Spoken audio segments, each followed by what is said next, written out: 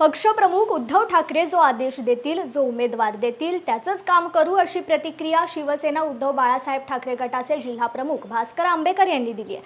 काँग्रेसचे प्रदेश प्रवक्ते असलेले संजय लाखे पाटील यांनी शिवसेना उद्धव बाळासाहेब ठाकरे गटात प्रवेश केला। लाखे पाटील जालना लोकसभेची जागा लढवणार का अशा चर्चा रंगू लागल्यात। जालना लोकसभेची जागा काँग्रेस किंवा शिवसेना उद्धव बाळासाहेब ठाकरे गट कोणाकडे आहे हे अद्याप जाहीर झालं नाहीये।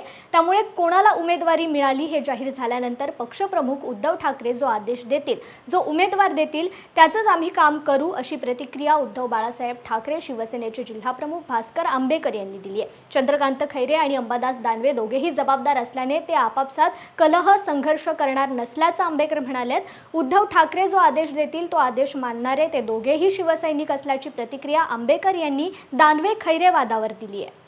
नाही, आता कसं आहे, संजय लाखे पाटील साहेबांनी शिवसेनेमध्ये प्रवेश केला, आम्ही सर्वांनी त्यांचं स्वागत केलं, परंतु अद्यापही ही जागा काँग्रेस किंवा शिवसेना या दोन पक्षापैकी कुठल्या पक्षाकडे आहे हे जाहीर झालेलं नाही। त्यानंतर कोणाला उमेदवारी मिळाली हे जाहीर होईल। आम्ही शिवसेनेचे कार्यकर्ते असल्या कारणानं उद्धवसाहेब जो आदेश देतील, जो उमेदवार देतील त्याचं काम करू।